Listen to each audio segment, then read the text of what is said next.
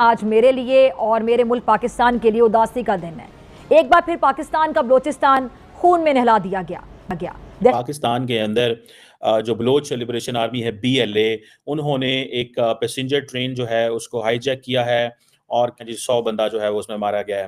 یہ ٹرین صبح 9 بجے کوئٹہ سے نکلی تھی اور ابھی تھوڑی دیر پہلے تقریباً ابھی سے 1.5-2 گھنٹے پہلے مچ کے علاقے میں اس کو نشانہ بنایا گیا ہے۔ ڈرائیور کے زخمی ہونے کی اطلاعات تو ہے۔ اور ایکسپریس کے نام سے ایک ٹرین جو ہے وہ ہائی جیک ہو چکی ہے بلوچ فائٹرز کی طرف سے، جس میں 400 سے 450 کے لگ بھگ لوگ تھے، لیکن ان میں سے جو ہے وہ بلوچوں کو، عورتوں کو اور بچوں کو چھوڑ دیا گیا ہے۔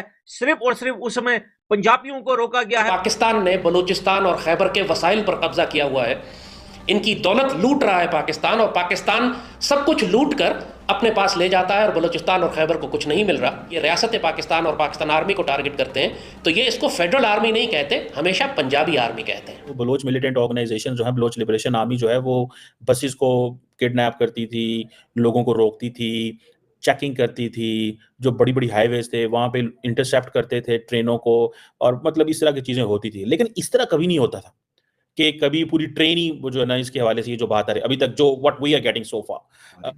BLA اس کو بزدلانہ کارروائی کہیں یا اس کو کچھ اور کہیں، لیکن وہ اپنی کارروائی یا تسلسل کے ساتھ کر رہی ہے اور اسٹیٹ کو چیلنج کیا ہوا اس نے۔ دوسری طرف ڈاکٹر مارنگ بلوچ صاحبہ کو نوبل پرائز کے لیے نامینیٹ کیا گیا۔ جو ڈیولپمنٹ بلوچستان میں کی جا رہی ہے، مہرنگ یہ اس جیسے ناپاک، نعوذ باللہ ان کے لیے سخت ترین لفظ بھی میں استعمال کروں تو کم ہیں، یہ اتنے بڑے غدار ہیں ملت اور ریاست کے، یہ سیاسی طوائفیں، یہ دشمنوں کے دلال سارے، یہ سب کبھی نہیں بتائیں گے کہ بلوچستان میں جتنی ترقی ہے وہ ریاست پاکستان کر رہی ہے۔ لیکن بھائی آپ کو بتاؤں، پاکستان کے ختم ہونے کا، پاکستان کے اینڈ ہونے کی شروعات آج اس ٹرین سے ہو چکی ہے۔ جیسا کہ آپ نے کلپ میں دیکھا، پاکستانی میڈیا اور پاکستان کا سب سے بڑا رکشا وشیشجঞ لال ٹوپی صدمے میں ہے، اور آج جو پاکستان میں ٹرین ہائی جیک ہوئی ہے اسے لے کر بلوچیوں کو کوف رہا ہے۔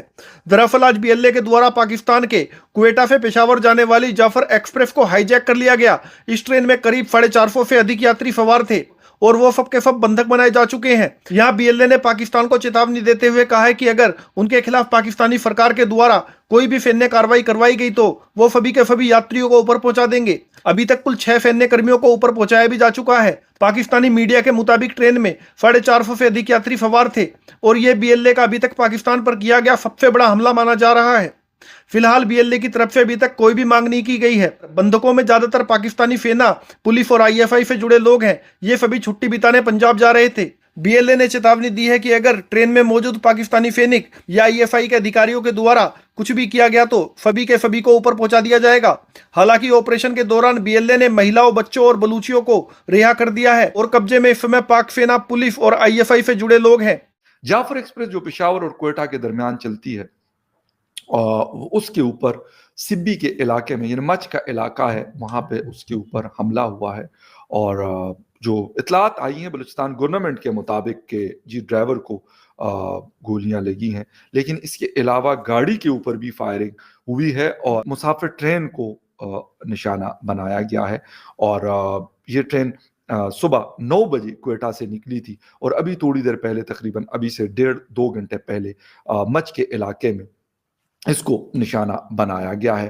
ڈرائیور کے زخمی ہونے کی اطلاعات تو ہے۔ ابگم کا علاقہ ہے، شیلا باغ سے تھوڑا سا شاید آگے ہے، وہاں پر ابھی کیونکہ سبی کے اندر حالات گزشتہ کچھ ٹائم سے کافی خراب ہوئے ہیں، ان کے ہائی ویز کو ٹیک اوور کیا جاتا ہے، کچھ ٹائم کے لیے گاڑیوں کو روکا جاتا ہے۔ ابھی ریسنٹلی ایک پارلیمنٹیرین کو روکا، ان کے لوگ جو تھے، ان کے جو گن مین تھے، ان سے اسلحہ لے کر، اور اس کے بعد جو ہے ان کو جانے دیا گیا۔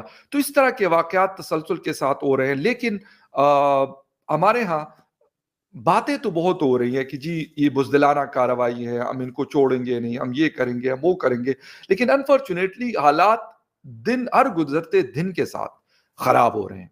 ہمارے ہاں جو ہمارا اسلام آباد ہے، یعنی پارلیمنٹ یہیں پر ہے، نیشنل اسمبلی ہے، یا بلوچستان کی پروونشل اسمبلی ہے، وہاں پر شاید اور باتیں فالتو کی زیادہ ہو رہی۔ اس حالات کو مجھے نہیں پتا کہ کیوں سیریسنس نہیں شو کی جا رہی۔